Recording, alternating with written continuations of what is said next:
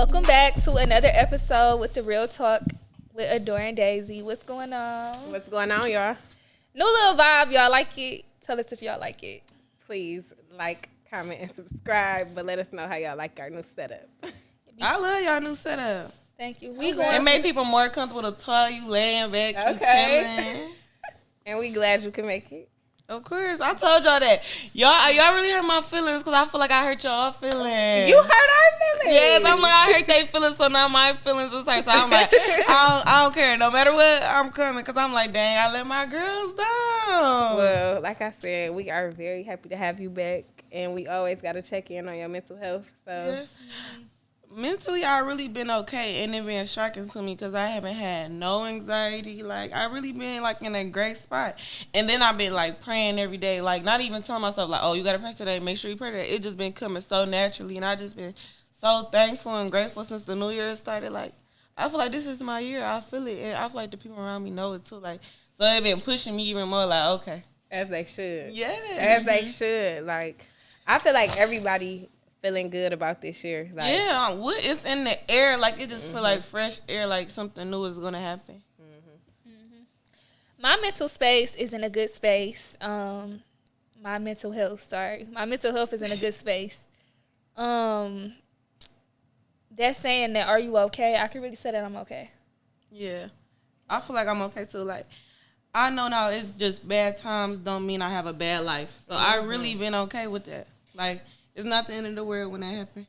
When something happen. You know how when people ask you, like, how are you? And people usually be like, I'm okay. But, like, if somebody was to ask you today, are you okay? Do you mean it? Yeah. I genuinely mean it. I feel like you're always okay. As long as you're alive and breathing, like, you have to be okay. Right. Like, or it's gonna be okay. Like, even if it's not okay in that moment, you can still say that it's okay because it's gonna be. It's not the end. I'm still breathing, so I can make it okay. Because what choice do you have in the end? Like, you gotta still live.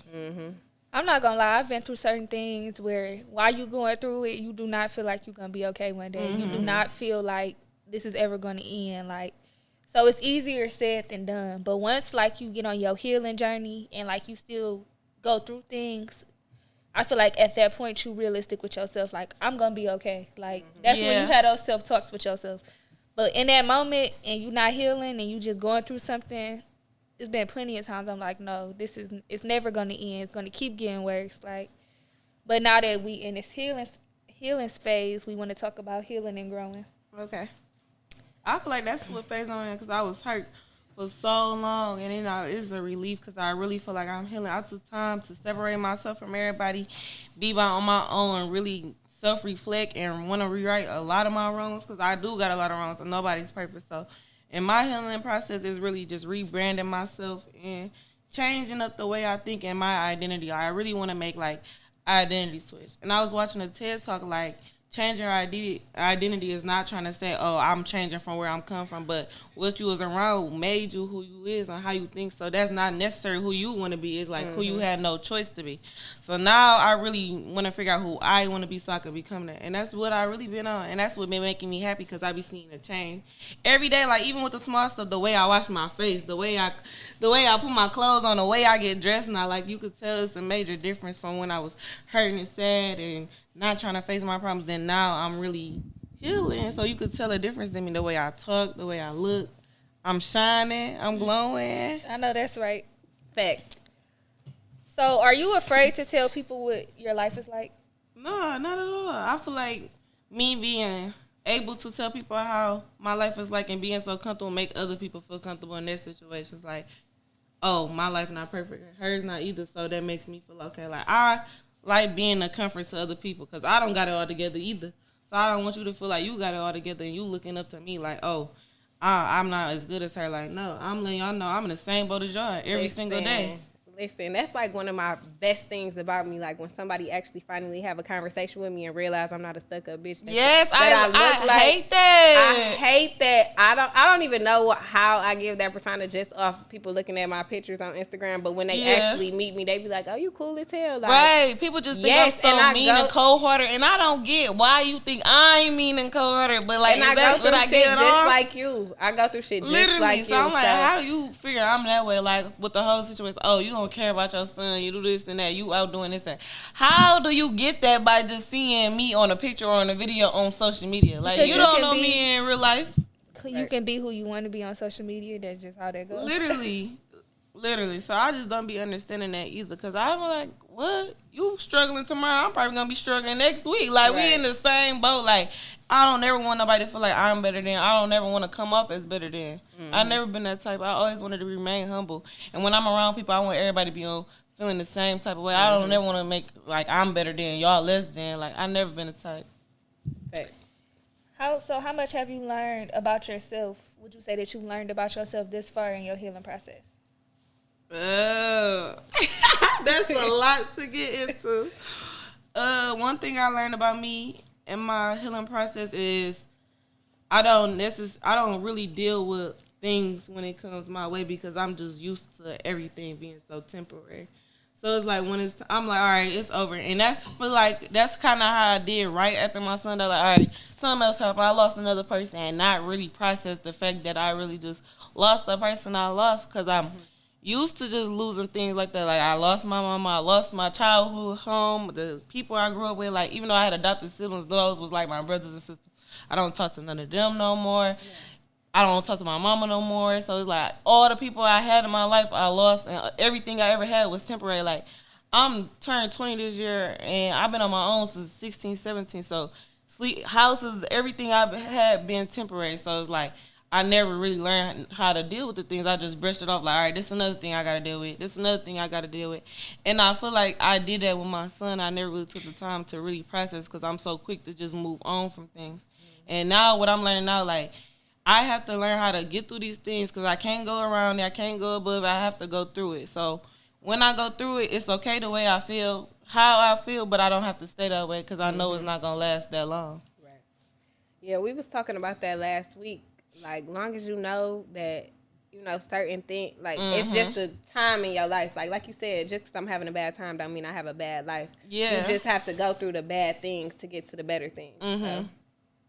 That's the major thing I had to learn. Like, I really don't know how to heal from things. I just get over, like, all right, let me go do something else. Like saying an example. The same way. Right, an example. If I lose a job, okay, I'm not, and I'm going to be broke for a month. Okay, I'm on the next job. I'm not even going to, like, okay, I'm just used to having to deal with stuff hard in a hard type of way. So I never really get to deal with it. But now it's like, I'm not doing that more. I really be taking the time. Like, if I need a break and I need to just calm, I'm going to do that because I'm really focused on living now. I'm tired of just surviving. I want to actually live my life. I'm 19 years old. I shouldn't be just known just to survive. I really actually want to live. So when I need a break, I'll take a break. If I want to go party, I'm going to go party. Like, I'm going to live my life. I can't keep living the way I'm living because then I'm going to start looking stressed. Like, I don't got time for that. So what does healing mean to you? Rebranding myself. Becoming better mentally, physically, financially. That's healing to me. Okay. Once I have abundance of everything I need, then I feel like I'm finally healed because I never had abundance of anything. Honestly, in life, I never had abundance of anything. Family, money, any of that. So once I have an abundance of things like that and I know I will never lose it, and that's when I know I'm finally healed. When I'm stable and have stability in my life and every point in my life, then I know I'm healed. I ain't reached that yet. I hustle hard, but I still have days when I'm back down, then I get back up, then I'm back down. I want to make where it's just, like, consistent, where I don't got to worry about nothing for the rest of my life. I got consistent money. And that's why I'm putting in so much work now, so when I get older, I ain't going to have to. I get y'all age, I'll be able to chill, make money in my sleep. That's the plan. Oh, all right. right. Y'all know what I mean. No, we don't. Y'all know what I mean. Like, y'all age. Excuse me. I ain't gonna say somebody got about a decade on you, but okay. Yeah, that's it. But decade, y'all. Don't look at me. That ain't me. You do too. What do you mean? I'm 20. I'll be 29. Yeah, she's That's 19. almost That's a a decade. decade. She'll be 20 this year. But she's 19 right now. Almost. Guess Anywho. what? Wait, you be 30 this year, so No, still- she's gonna be 29 this year, but Oh. she'll still be 19. Yeah, so it'll still be a decade. While she trying to underplay some shit. Yeah. But you know. I went to But Cass, I know my man. that be seeming like a lot to me. I feel like no, 29. 10 years is definitely a lot of time. Yeah, Like, that's what I'm like. All the wisdom and knowledge y'all got now, I can't wait to get to that point where I'm like that. I feel you because when I was 19, baby, I was a mess. But like I said, I am turning 30 this year, so I literally have been reflecting on all the stuff that I did in my 20s. Like, I had a kid, I bought property, I started a business. See, that's what I want to do. You know what I'm saying? Yeah. I started a business. I started another business. I started another business. I was doing the business. Working. Like, I was working Grinding. my whole 20s, and like where I'm at in my 30s, I could sell a property and, you know, be good. You know what I'm saying? Yeah. Like, and sell a property, be good, buy another property, and keep doing it. Like, I've learned so much in my 20s. Like, I made so many mistakes in my 20s that I needed to make to where that's how I when I feel. start my 30s, like when I turn 30, when I turn this new leaf, like this new decade, boom, it's like gonna be real refreshing for me. Like, I'm so thankful for my 20s and everything that I did in my 20s, like the good, the bad, the ugly. But that's how I everything. feel about turning 20. You feel that about turning 30. I Turning feel 30. about turning 20. Like, I feel 'Cause like you this been is through a my, lot. yes, I entering feel a like new this is my decade. prime Yeah. year. And people Yeah. think that about me at 19. They think I'm messy and just like that. But I'm really not. I really think I'm really different from a lot of 19-year-old females out here because y'all, I'm not saying mostly everybody do, but somebody, 19-year-old females, they do have like at least somebody to depend on.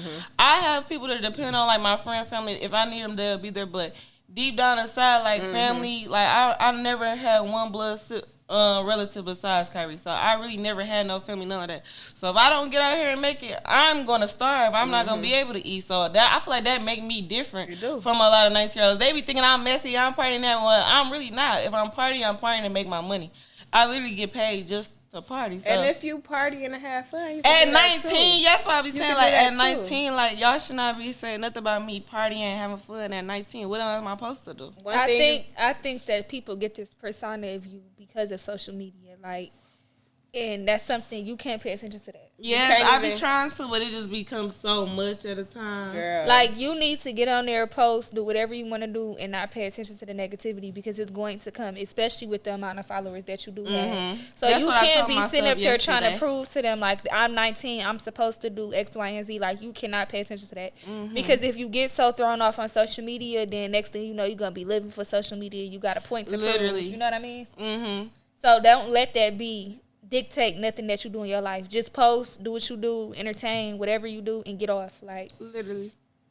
because some people, that's all they got that apps to do is to log. That's all they got to their name is their Instagram. Like, so those type of people. Yes, and I Are gonna told bring myself down. that like with the platform I got, the amount of money I make just from my platform, I need to not indulge in those type of things because I got a life out of this. This is my life. So if I'm on here being negative or with encouraging the negativity, then that's what my platform gonna be. Nobody gonna want to work with me. Nobody's gonna look at me like, oh, let me bring her out. Oh, but somebody gonna probably come up and want to fire. Like, they not gonna want that type of business. And I told myself that like I gotta be real cautious and not do certain things with the type of platform I do have, because a lot of people do look at me, and I'll be shocked sometimes. Like, dang, these people watching me, but they really do be watching me. They definitely be watching you. That's why I'm like, don't let these people that's trying to assassinate your character get you out of character. I hate that's the only thing that could get me out of character, and that's what I gotta really work on. Like, when people try to make me seem like something I'm not, when I know What? That's what they do. Yes, that's what I hate though, because y'all don't know what I went through to be the person I am. So for you to tell me I'm not the person I am, And like I that, know I done changed. yes, that gets under my skin so But I don't want to bad. be auntie of the year and write you every time Every I see you. But you gotta let them Y'all talk. not like aunties. Y'all like big sisters. So what I you know that's be like? Yeah. Auntie, I know that's right. I'm an auntie. Call me Big Sis. Don't call me Auntie. auntie. I'm a real auntie for real. Like, Call me that's Big my title. Sis. Don't call Y'all me is auntie. silly. Call me big sis. But moral of the story is we're not doing that in 2023. No. That's moral of the story. Because I would hate for you to be one of these 30-some-year-olds still arguing with people on the internet. I would never. That's why I be getting on the ones, not y'all, but the other ones that's a whole decade older than me. Why are you on here worried about me? When I get 30, a 19-year-old will not mean nothing to me where I'll be pressed to make a post about a 19-year-old. Let me tell you why. Because you got time. You got time. And they be so mad that you still got time. Because like you said, they're a decade older than you. I was 19 like before. And I feel like the women that was threatened of me had already been 19 10 years ago. Right. So, baby, find somebody else to battle with. Like, yeah, that's how I feel, too. Like, what will be your point? They don't have one. So you can't, you just gotta let go. And I already figured that because I knew it was something about me. If you got more than me and you still jealous of me, so I knew right then and there it gotta. It don't even be about what you have; it's you. Literally, the animosity be so real. I just be like, what? Like, we're not paying attention to that no more. So this is gonna be the last conversation we have about it. Okay. I want to see you talking about it no more. So, at what point did you accept what you were going through in order to start your healing journey? I started accepting around like September, October. I just got into like a real bad breakup because I had a boyfriend like the whole time I was with my son in the hospital and the whole process of his funeral and things like that. I had a boyfriend the whole time, like he was in the hospital with me and Kyrie and everything. So I'm not gonna say that it was easier, but at a time, like, he did make things easy. So you was being able to be consoled. And then it was like, once I lost my son, he was really like the only person I had. I was staying with him and his mama before I got my apartment stuff. So once me and him broke up and I realized I didn't have him no more and I was on my own, that's when I really feel like, dang, I really didn't take none of that time that, like, the whole summer my son was dying and it was going on and stuff. I really didn't take none of that time to really heal because I really just used him as a coping. Yeah, so I really didn't have the chance to really heal. So once me and him was done, I was just on my own. I really like, dang, I gotta heal. And that's when I really start distancing myself from everybody. I was really on my own for like a good a month. And I really didn't talk to nobody. I really wasn't hanging out. I was just working and going home and just focusing on myself, like changing up the way I think, realizing what was wrong with me, what was my wrongs that went wrong in the relationship, and it really, like, I got to heal from a lot of things, like, not just my son, but childhood trauma, all type of things I have to heal from. Let's talk about it. So, you lost a boyfriend, you by yourself. How uncomfortable did that make you feel?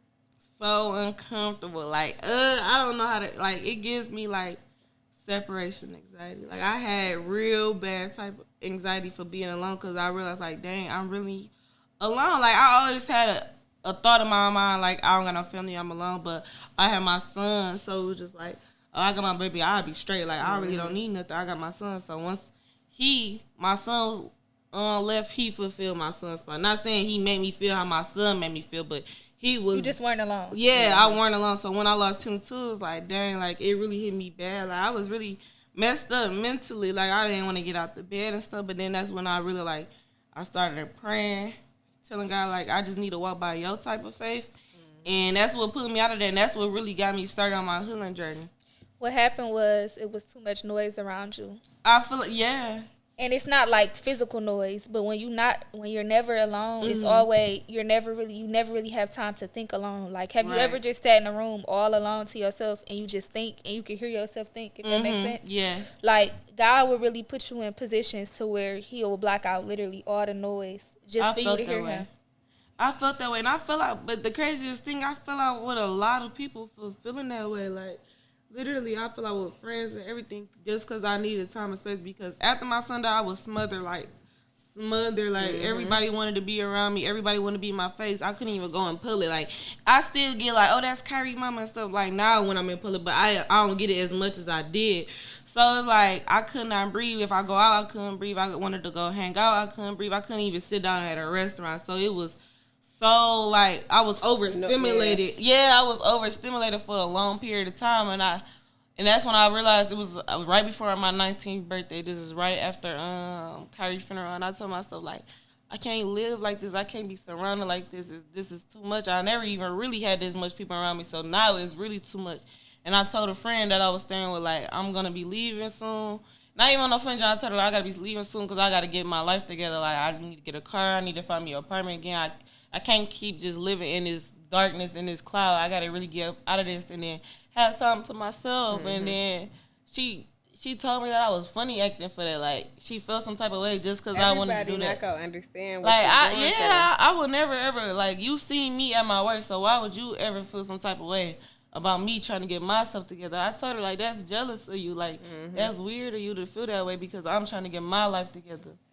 It definitely is. Sometimes you got to take that walk with just you and God alone. Like, yeah, that was the point I was at. They're not going to understand you. Like, and it's okay. Like, it's not for you to make them understand it. Like, you would have never got into a space that you are now with all of those people that you once had around you. I feel that way. So you got to, it's okay. It's no beef. It's no bad, no ill intent. But, I needed this space and this time alone for myself. Right. So I'm happy, that you got to that point at a young age because when I was 19, I wasn't at that point just yet. Although I didn't have anything as traumatizing as you happened to me. Mm-hmm. But it's still, when it's time to heal, no matter what you went through, those are still uncomfortable conversations that you got to have with yourself and the people around you to even acknowledge the fact that you have a problem because at one point we all had problems. Right. Still got problems. You got to take accountability for your actions as well, and that was what I was telling myself too. Yeah, so I was watching this interview and Lauren London said being at a funeral is different than being at a funeral front row. That's gonna make me cry. You want to talk about it? Yeah, we can talk about it. So what's the difference? Like, feeling-wise? It's a major difference. Because I never really went to funerals and stuff as a kid, but so, like, my first real experience of, like, losing somebody and you hurt was Kyrie. So, it wasn't even the funeral, actually. It was the viewing of my baby. Like, that shot me like, wow, that's really my baby in that casket. That looks nothing like my baby. And that's what did it for me. And then when it got to his funeral being front row, like, it wasn't really a lot of people at my son's funeral, of course, because y'all know I didn't really have a lot of people. So it really was just, like, a funeral just for me. Like, didn't nobody go to see my son but me. And I just kept going up, like, I can't believe my baby is gone. Like, I can't believe that this is happening to me. I never had this happen to me before. So for it to be my baby,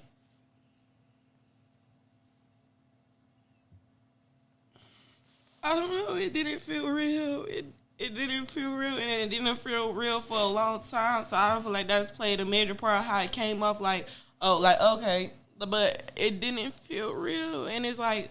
Now that I'm healing, like, I let myself feel this way. Y'all see, last time I wouldn't even cry, none of that. I wouldn't even let myself get to that point. But now I let it out because it's a part of me healing. I can't hold this in forever. Right. So during the grief process, it, like, seemed like it never ends. So how do you manage?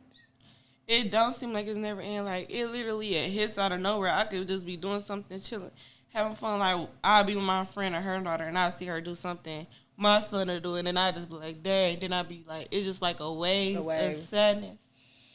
And honestly, I don't know how to really just deal with it. I just learn how to get through it. Like, okay, it's okay to feel this way for a minute. Let it be, and it's going to be okay. You're going to get through it. It's so strong. No. But I brought that up to say, like, those are once again uncomfortable conversations that you have to have with yourself in the healing journey. That just hit me like a wave. Like, to hear that, like, I never heard, like, it's different from being a front row and a front row. Like, really, like, that's a whole different ball game from just going to support somebody. I had lost someone very close to me last year, and he didn't even have a funeral. So, like, I didn't even get to that point, but I could already imagine how I would feel sitting front row. Because that was somebody that I thought, like, would never pass. Like, I don't know if I'm crazy. Do you think somebody just never passed? But, like, that's just how I looked at him. That's how I looked at my son, especially with him being so young. I'm thinking, like, Me and my son about to really grow together. I'm having dreams of us when he's 16, I'm 32, like how young we would be still together, taking trips and things like that. So it really like, what? My baby gone. Like, that's how it really hit me. And that's why for a long time I'm like, yeah, this ain't real. Like, I'm going to see him again. Like, for a long time I really thought like that. And that's how, I had to think like that at that time because that's how I got through it, thinking like, this not really real. This not really happening. It's going to be okay. But now that I learned that was just like throwing it away to the side, and now that wasn't me really getting through it. Now I really be getting through it. So not only are you grieving, but you just healing. And like I said, healing comes with a lot. So you dealing with childhood trauma. Are you in therapy? No. Have you considered it? Yes, I really do. I consider it too. I feel like it'd be very beneficial. It would be. Like, I know it will because therapy, when you get like with the right person, it opens up your mind to think other ways. Like, it expands the way you think and the way you could be better. And I really, because I watch little things like that. I might not watch like all therapy shows, but it was this one movie. It's on Netflix. It's called like Stilts. It's like a therapy movie. Y'all should watch it. It's a really good movie. Like, What it's on Netflix. It's a real documentary about how to become better and like mental health and things like that. And then I'll be watching like Preacher Todd on YouTube. Mm-hmm. He a real known influencer preacher on YouTube, so I'll be watching him, and it's like a therapy session to me because it opened up my mind to think where it's like, dang, that probably is why I feel this way. Mm-hmm. So can you take us on like your healing journey, like from your day-to-day life, like when days you don't feel like it, like what are your thoughts? The days I don't feel like it, I would just get like the whole little rundown. I could be like at home and I could be laying in the bed and I just be on my phone doing regular thing. I'll wake up, get on my phone, then I'll see my baby, and then I'll take like 30, 40 minutes just watching videos of my son. Then I get sad and I just cry. I let it out now, like just cry, like just have a session of just crying for like 30, 40 minutes because nothing wrong with it. And I actually do feel better after I let it all out. So I cry. Then I'm like, okay, I get up, take a fresh shower. So when I get out, clean something, make me feel better, and then start my day. Like, go get in my car. Like, I don't even gotta have like a destination to really go, but I'll just drive, go visit my friend, go stop with my auntie and them house, things like that, and that gets me in a better spirit. Being productive actually is what makes me feel better, healing, honestly. I like that. I like that a lot. So what have you learned thus far in your healing process? Like, what is one of your favorite things that you've learned thus far? Because you're like relearning yourself all over again. My favorite thing that I learned is that I don't have to fight so hard to survive. I could take time to actually live my life. That's my favorite thing because I was just stuck in survival mode for so long, especially with my son. Like, I got to defend for him and me, so I was in survival mode for so long. And it just like I finally just got a point where I'm just like, I can have days where I'm just at peace where I won't worry about one problem I have. I used to never be able to do that because I used to be just so stressed and worried like, I got to do this, I got to do this, I got to do this, or I ain't going to be able to do this, I ain't going to be able to lay my head here, I ain't going to have nowhere for me and my son sleep, so I got to do this. But now I don't think like no more. I let myself actually live life. If I want to take time to go enjoy myself, I will, instead of just like, no, I can't do it, I gotta make sure I be able to do this. Like, I'm not just so stressed and worried no more. And that's my favorite part about healing. Like, I'm really becoming at some sort of peace. That's my favorite part. And it takes time. Yes, being able to live, breathe. Surviving is just like you being like suffocated most of the time. So being able to live and actually breathe and just like and be happy, that's my favorite part about healing. That's good because you still are in your youth years and you got so much more to unlearn, to learn, you know.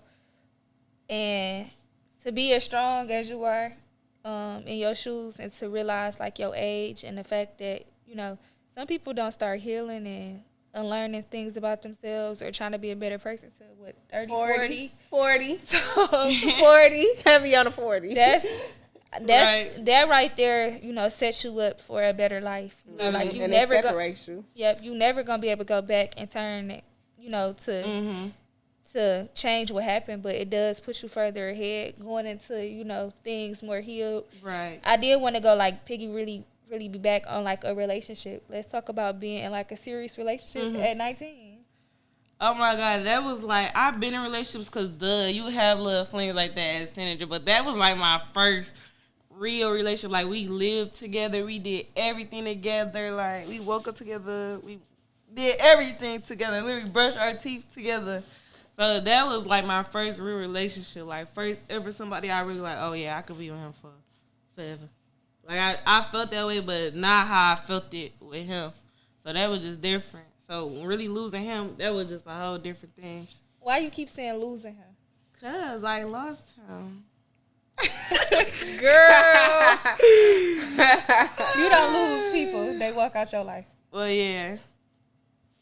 What's that Madea saying? It's one of them. But that's what I learned on one of my TED Talks I be watching too. Like, it's not the way you say things. You don't know how powerful you talking and the things you say really change how you think mentally. So me saying I lose him, I really feel like I'm losing him. For me to say he walked out my life, that's a different feeling from me saying I lost him. So you right about that. I did learn that. Madea be like, let him go. If he wants to leave your life, there's the door. She like, I guarantee you won't remember his last name. No, I love Madea, but on the serious side of things, you didn't lose him, sweetheart. Yeah. Because if he wanted to be here, he'd be right here. Yeah, you're right. When I was 19, so here we go. I was in love. Right, talking about a serious relationship. I'm at 19. What y'all? If I could tell my 19-year-old self something, focus on yourself. Mm-hmm. Like, these men, they're going to be here. They're going to be here at 19. They're going to be here at 30. They're going to be here at 40, 50, 60, 70, 100 years old. If they could talk, they're going to be here. Right, that's how I feel. Y'all in my close friends, so y'all know I preach on that so much. Like, I'm so young. I just want to live my life. I just want to have fun. I'm not trying to be tied down to nobody. I'm not trying to be serious. Because I've seen it, and I'm like, dang, I was really, like, not saying I was wasting my time with him, but I was, like, really letting stuff, like, I don't know. Like, I was really just wasting my time with myself, like, not really, like, reaching my full potential because I'm so focused on someone. A relationship. Yeah. Mm-hmm. So that's why I said I don't want nothing serious. I don't want... For all the people that be in my DMs, she said, "Let me say you want me to be your girlfriend." I don't want nothing serious. Don't think like I be real upfront about it. Like, I don't want a relationship. I don't want a boyfriend. I'm not trying to be your girl. So don't try to be my man. I don't want it. Ain't nothing wrong with it. Like, literally at 19, I feel like it's okay to date. Shit, at 30, I feel like it's okay to date. Whenever age. I just feel like dating is fun. Yes, I be having fun. You need to hang with Auntie. She'll get you together. I be having fun. I was just saying, like, if I could tell my 19-year-old self, it would definitely be to focus on myself, get my money right, and get me together, because I was so focused on trying to be with a nigga. Yes, I hate that. I was just self-reflecting like, Let me tell you, though, I'm going through something with this guy. So ghetto. So ghetto. Like, I could have just left. I'm trying to remember. It's 10 years later, and he going through that same shit with somebody else. See? So it's like, I'm glad I left. Yeah, you know what I'm saying? That's how I feel, too. Like, we haven't been broken up for that long, but I feel like I really seen myself elevated so much the way since I've not been with him, and I'm looking at him like, sometimes the person you are tied to could be just a distraction. Like, yes, he was a major distraction. I can honestly tell you, all my flings during that age, like 19 to 25, were flings. They were distractions. Yeah. They were a part of my growth. Don't get me wrong, but they were a distraction to what I really should have been focusing on, which is myself. So, I mean, like I said, I'm glad I went through the things I went through, but at the same time, if I could tell my younger self something, it would have been a focus on me and not no relationship. Like, not a relationship, not a friendship, but nothing but my relationship with God and my bag. That's like, exactly how I feel. That's how I know, like, some days I be thinking like, dang, I ain't making enough progress to this. But when I talk to y'all and I hear people say things like that, and I'm at 19 already thinking that way, that I know, like, I'm going to be okay. Like, I really got the right head on my shoulders because I already think like that at 19. You got to give yourself some grace because you are still young, so you're going to make a lot of more mistakes. I don't care how much you heal, how much you prepare yourself, you going to bump your head. That's just how life goes. Because if life had a book, we all would be doing better than what we're doing. You know what I mean? I tell people that every day. Like, if life had a book on it, a manual. to chapter 1. So at 1 years of age, you will do, like, it don't come like that. So still give yourself some grace. You're going to make more mistakes. You know what I mean? It's obvious mistakes that you don't have to make because, you know, somebody told you or you saw somebody else witness and you know better. But, like, that's like telling a baby, don't touch the stove, baby. It's hot. It's hot. No, don't touch it. They're going to touch the stove and they're going to feel it for themselves. And they're going to be like, you know what? Never going to touch That's this how again. I learned a lot for so long. Me too. I'm so hard-headed. And it came to a point in my life, like, I bump my head on purpose because that's just what I was used to learning that type of way. So I'm over that. I don't want nothing hard no more. I swear. I don't want nothing hard. I just want fun. Literally. Yeah, so like, if you don't do nothing for yourself, just give yourself some grace because you are still young. You still got a long way to come before you be, you know, older. So don't be at 21, I gotta have this. At 22, I gotta have that. I don't put a time limit on type of things like that because there's no time on when things happen. I just know that it's going to come sooner than later and I'm going to get my blessings just because how I am now. That's all I know. I might still be 30, 35 when I receive them, but I know it's going to come. How you just said, I lost these people. You got many more people to lose. Like, and I'm not saying that, like, being funny. I'm being very serious. Like, you start to outgrow people. When you going to another level, they don't understand. Heavy. When your priorities get a little harder than other people, they're going to be looking like, oh, she ain't no fun no more. Like, Tell me about it. When you are in a different season and you are trying to go to the next level and change the page, if they not on there with you, they're going to be looking at you like, what is she doing? What is she doing? She's serious. Like, she's strict. Like, you know what I mean? So it's not that they are haters or that they are envious of you. It's just some people are in the same space. They're so stagnant, they never grow. Like, and they cool with it, and it's okay. Yeah, I'm the type that's not cool with it. Like, I always want to grow and expand some type of way. Yeah, I can count on my one hand how many friends I still got when I was 19. So, and you know, for real. And people always say no new friends. Oh, I'm big on new friends because I got business relationships with people, godly friendships with people. That's how I am. Like, I build connections and stuff with people in certain ways. I have a friend for a certain something. Every type of friend. I don't have a friend. Every friend is not meant for, we come over, we kick it. I tell you all my problems. You tell me all. Every friend is not meant for that. And I learned that. And that's how I learned how to get close to certain people. How I'm supposed to get close with them. And keep my distance from certain people when I need to keep my distance from them. Definitely. My papa always tell me, y'all know I got to talk about my papa. I really should bring him on the podcast. You need to because you hilarious. talk about your papa all the time. He always be like, how's that your friend? Like, he literally questions everything. But, like, I don't even be mad at him because it don't make sense right away, but everything he told me when I was growing up makes so much sense. It always now. be that one person in your life that tell you something like that. You be like, dang, you was right. And that's my auntie I was telling you about. Like, every time she be like, girl, if you would have just listened to me. Yeah. No, he don't really make me feel bad about not listening. He'll just be like, well, remember that conversation? Because it's already bad enough I'm going through something or that I made a mistake. Like, you're not going to make me feel bad about it. Like, okay, we know I messed up. Okay, we here now. He'll just be like, when I be talking to you, I don't just be talking to talk. But sometimes that's my auntie. Sometimes he be overdoing it. That's be my auntie. She'll never try to make me feel bad, but she going to let you know, like, girl, I told you that. You just got to listen to me. How well do you take constructive criticism? I don't. I really don't take it good, but I'm learning to because growing up, I never had nobody, like, I knew right from wrong, but I never had nobody tell me, keep good grades, do this, do that. I never had no type of figure in my life to do that. If I wanted good grades, I got good grades on my own. If I wanted to go to school, I went to school on my own. Nobody was forcing me to do anything. I never had that type of discipline or structure in my life ever. So as I got to adult, my first adult like that was my best friend, mama. Oh my God, me and her used to get too much because she wouldn't necessarily be mean to me or tell me what to do, but she would tell me things like how you supposed to listen to others. I'd be like, why are you talking to me like this? Because I had a real problem with, like, authority because I never had authority. So when I got older, like, I'm already stuck in my ways. Who are you to come and try to tell me when I ain't even have a mama to be trying to tell me stuff like that? I learned how to grow out of that because you can't get nowhere thinking like that. Yeah, and that's another thing about healing. Like, you gotta realize structure, you set boundaries, you set I'm not so stuck in my ways. Like, especially when somebody try to tell me something about myself.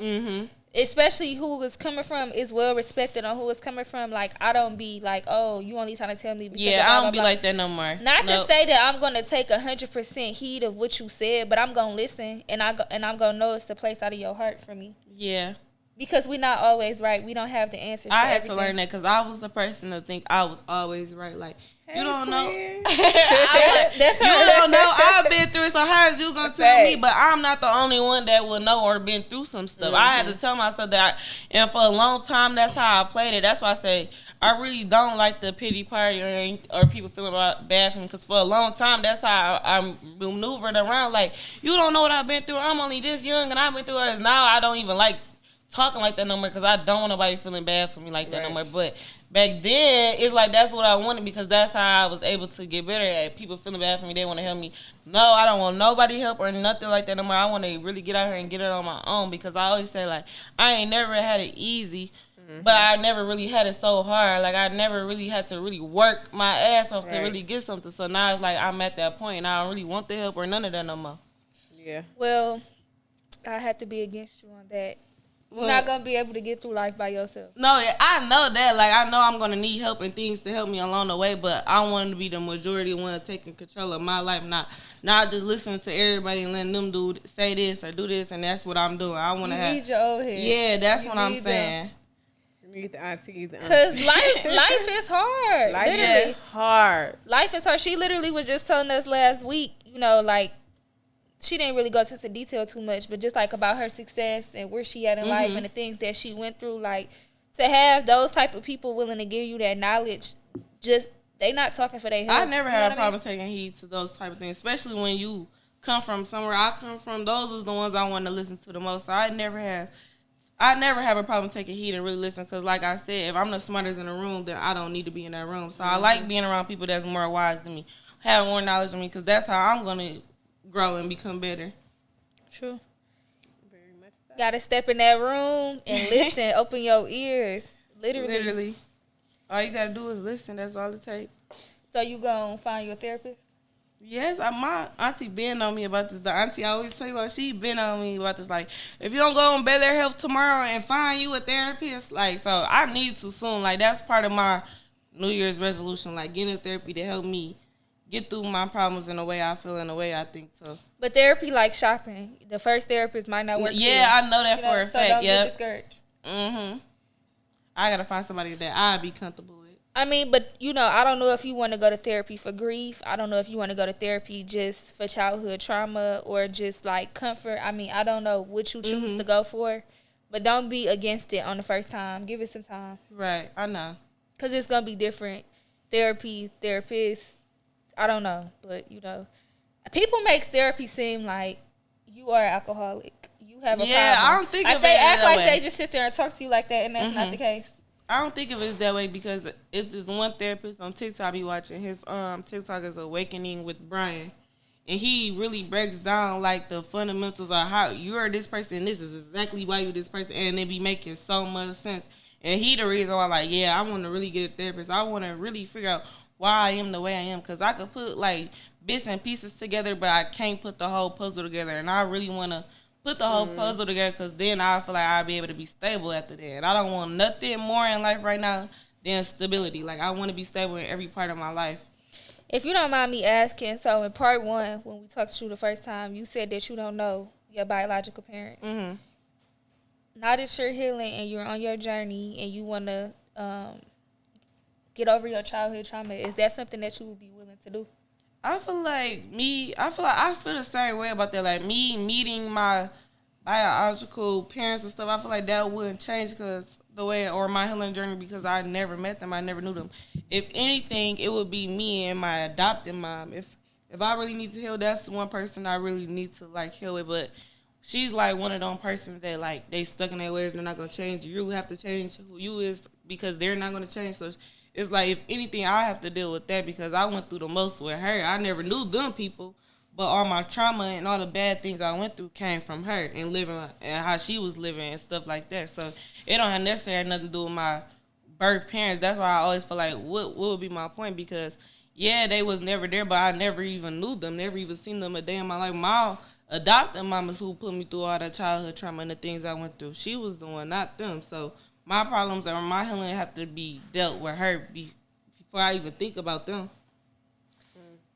Yeah, I had seen a girl, she had talked about her story, but she wanted to meet her biological parents because she just didn't know where she came from. Like, she would just had this curious thought in her head, like, okay. I always thought like that, like, where I come from, why I look the way I look. I always thought that, but it was never that important to me, and especially right now when I'm really healing. Like, when I think about, like mom and daddy issues, I don't think of, like, my birth parents. I think of the stuff my adopted mom put me through. I don't think of, like, oh, my birth parents just play a part in this and that. I really think about her when it comes to childhood trauma. I never really thought, like, oh, I need to find them because this is the reason why. No, I feel that way about her, not, like, who really birthed me, because I never knew them. So it's like it's strangers to me, for real. They are strangers, but they still got that DNA, so you might have some. I don't know. I never thought That about might that. answer, like, you might not be thinking about it right now, but you might think about this a year from today, a day from today, a week from today, and be like, wow, that's where I get that from. My mama. Right. Like, you know what I mean? Like, and I'm not saying y'all gonna be the best of friends. I just do feel like that might be a void that be able to feel, feel for you. To see, like, this is where I come from. But I don't know, maybe because I put in my head that these people are not real. Like, they not people to me because I never met them. I don't know them, so it's like they're nothing to me. So maybe that's why I never felt that way about them. Especially how they was brought up to me. Like, I was told that my adopted mom, my real birth parents was on drugs really, really bad, and that's how I got adopted. Like, they took all my birth mom kids. I told you, like, she had like 13 kids or something. I'm like one of the middle kids. So out of all them kids, she don't have none of them because she was just on drugs really bad. So I never thought, like, oh, this is a person I want to meet. Like, she was already dead to me in my head because that type of person I never thought of. But, like, meeting, like, my birth siblings or finding out who those people are, I always thought of that more than I thought about me and her, or, like, because she don't even know who my birth dad is. She have no clue. Oh, too. None of her, besides, like, a couple of her kids. I don't know nothing. She had 13? Yes, it's like 13 or probably more. I don't know who came after me because I'm 19. Probably was people after me, but that's only because my adoption case is locked until I turn 18. I could go get unlocked now, but the bits and pieces I know is the ones I'm saying. Like, she was on drugs really bad. She don't even know who my birth dad is. So I never really thought, like, to meet them because I'm like, they already dead to me. She don't even know who my daddy is. And when a person on drugs, she's not going to be able to ever figure that out no time soon. Oh, this is this girl daddy, and she already had 13 kids. So I never really thought about that. I'm like, well, they already dead to me, for real. Damn. It's tough. Yeah. That's crazy. I mean, I'm just a curious person, so that's why I'm like, let me ask. Yeah, I never really thought, like, oh, I want to meet them because this whole time I'm really thinking about, like, they just already been, like, dead to me in my head. Like, I really don't know them, so it really don't bother me at all. Somebody had reached out to us and said that they knew your adopted mom. Did y'all get back in contact? No, how would they know my adopted mom? Like, did I even say, like, well, I didn't say my She real might name. talk about you. Girl, they know who you is. But no, I got my name changed at 2 years old. No, your adopted mom. mom. Oh, they said they knew her? Yeah. Oh, yeah, they probably do know her. But I ain't getting in contact with them because I didn't even see that. That's why I'm like, how they know That's that? why she was saying, like, she could get you back in contact. Because I think you was, like, on part one, you was saying that y'all hadn't talked and stuff. She was saying she was. But like, I know where she at now, okay. and I'm not ready to talk to her. Like, that's what I'm saying. Like, when it comes to healing and my childhood trauma, it have to deal with her, and I'm like, I'm not ready for that. Not ready? No, I ain't get that far in healing yet. I'm not ready. Yeah, because That's a different type of thing. Like, besides Kyrie, she the only other person that can get to me because, yeah, she wasn't the best parent and stuff like that, but that's all I knew. And when you a kid and you be going through trauma stuff, you don't really realize that until you get older. Like, oh, dang, I really had it bad. So, really, that's all I knew. So, for her to be my parent and then for her to not be my parent no more, I never thought that because as an adopted kid, you always think that, like, when I get grown, am I still going to have these parents? Is these people going to steal my life? Like, all your adopted siblings, you think that as an adopted kid. So I never thought, I'm like, my mama would never not be my mama no more. Like, even no matter what she put me through and how we living, she might not do the things she's supposed to do as a parent, but this is still my mama. Because, you know, when you have your mama, you be like, you always got to respect your mama. Like, regardless, this is still my mama. So I never thought we'd get to a point where I turn 18, I'm on my own, I don't got a mama no more. Because as an adopted child, once you turn 18, your adopted parent doesn't get paid from the state from you no more. Right. And my mama, like, I started realizing, like, a pattern, like, when all my other siblings and stuff get to a certain age, she'll put them out, like, all right, I don't need you no more. And then it was times where she'll tell us, like, I would get rid of y'all if I did not need this money. So it's like, it's a lot. That's why I say I can't get to healing with her yet. I gotta get with, I'm dealing with me and Kyrie first. Then she like the heighten of everything, really. So it's a lot when it comes to her. That's a whole different story for a whole different day. Like, I can't even get into all the stuff that lady put me through. Damn. That's deep. It's a whole lot. Well, that's when you do get to that point, that's scary to me. When you do get to that point, it's go feel so much better. It's gonna be just like crying, just like healing. Like, but it's a process you gotta go through. Like, if you want to heal, it's something that you gotta talk. Yeah, that's how I know that, because that's how I first felt about, like, dealing with how I feel about Kyrie. Like, I was so scared. I'd be like, no, like, don't cry on me. Like, I used to be so scared, but I'm able to do it now. But that I'm still scared of. I ain't reached that yet. You got it. I'm pretty sure that, like, as strong as you are, that's gonna be something that's gonna be heavy on your heart, and like God definitely forces us to go through things to get through things. So, like, if you're truly 100% on your healing journey, that's gonna be something that comes about. Yeah, I know it's gonna be a point where I get to it. I'm just gonna have to face it then. But now it's just, I'm getting excited just thinking about it now, because, like I said, I'm so used to just moving on from things. So I really moved on from a lot of things that I went through as a kid. And I'm thinking, and now that I'm older, I realize, like, dang, that wasn't right. That's not how a kid was supposed to be living. Like, this is not how you supposed to be living. Like, you shouldn't be around these certain people. So it's like, now it's just like, You got it. That's scary. Right, you gotta be able to do it. It's gonna come Feeling out your of inner nowhere. child, like, that's scary to me. Yeah, so it's the top of the year. Go ahead and let us know some of your goals before we get out of here. Some of my goals this year: work on my content. Like, I do this so easily. I get on live so easily. I get on my Instagram so easily. But when it comes to making my money with TikTok and YouTube, I slack so much. So that's a major goal for me. Then I want to get back with my business and start back doing nails, because I had a good clientele when I was doing the nails. It was just got too much being a young mama and clients and stuff like that. So I want to start back doing that now that I got more free time on my hands.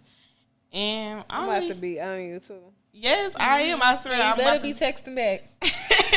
I do got that bad. Y'all texting. I do got that bad. Like, I just got, if it's not the same 3 people texting me, then it just get hard to text the other people back. I'm one of those people. Like, if it's not the same people that text me every single day that I know I'm used to texting, so when somebody else texts me, it's just like, oh, okay, I gotta answer this person. Girl, we be just trying to come through, make sure you okay. Yeah, I know. Little wellness check. You really? That's why you be trying to say auntie. You would text me like, tell her what you doing, how you doing. No, I really be needing to know. Like, I'm sincere about that. Like, I really do be trying to check about people. I feel that about both of y'all, and it be shocking to me because I'm not used to that. So when people do that, it take me a while to get used to it. So I don't be replying back to y'all more now. I'm getting more comfortable with y'all. You so silly. I wanted to tell the people and all our subscribers and everybody that watch us, Happy New Year. I did forget to tell that. I'm big on the Happy New Year. How y'all forget to say that? And it's because this lady, we had a whole argument last week. This lady asked me, Did I tell this guy? He's not even my friend. Well, he's my friend. He's a potential business. Okay, so she like, did you tell him Happy New Year's? And I'm like, no. She was like, why didn't you tell him Happy New Year's? Because if I don't tell you Happy New Year's, then that means I don't want you in my life. And I'm just like, well, I didn't think of it like that. Like, it's not that big of a deal. And she rude because when I text her Happy New Year, she didn't even text back. I did text back. I just didn't say Happy New Year. She'll like it or just love like you wanted them to just to like a message. Yes. See, that's worse than me. By me not replying, I hate when somebody just liked my message. What?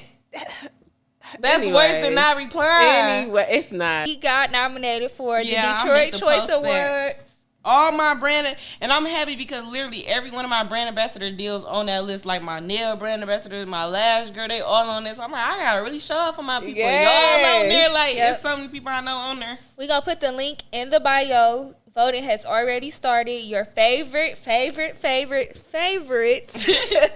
local Most podcast. consistent. Yeah, heavy on the most consistent. Yeah. Okay. Podcast. So make sure y'all go vote for us. Also, I am wearing the Uprising Network hoodie. Make sure y'all go shop the brand. He's doing a rebrand. So make sure y'all go shop the brand. I'm gonna put the link in the bio. And I am comment. Sorry. and I am wearing Trap the Brand, Take Risks and Prosper. I'm gonna put their link in the description as well. Make sure you shop with them.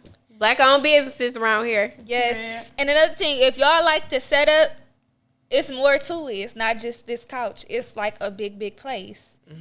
It is called The Joint. So we're going to put that in the description box. They got rates starting at $75 an hour. If you are interested, make sure y'all tap in with us. I got the phone number. Y'all make sure y'all say that Adore and Daisy sent you. The phone number is 313-444-2308. We got podcasts. We got equipment. We got cameras. Event space, girls' night, boys' night, whatever. Girls and boys night. Right, yeah, that's gonna just be a boys night. Taylor, tell the people where they can find you. Y'all. Okay, for the ones who don't know, y'all can follow me on Instagram at Taygram with 2 M's and underscore. And then y'all can subscribe to my YouTube channel at Taylor Marie. I got so much content I recorded that I have not dropped yet. Y'all be on me about it, so go subscribe and turn on my post notifications. And go follow me on TikTok. On TikTok, it's the same as my Instagram name. Yep, she be on TikTok, y'all. She be Yeah. like, go watch. I'm dropping my TikTok Because right now. TikTok is easy money, so really go follow me on TikTok. Y'all make sure y'all follow us on Instagram, on Twitter, on TikTok, and subscribe to our YouTube at RT Adore the letter N Daisy. Also, y'all make sure y'all follow on Twitter, Instagram, YouTube, and TikTok, the Uprising Network. All of this is gonna be in the description box. Yeah, until next time.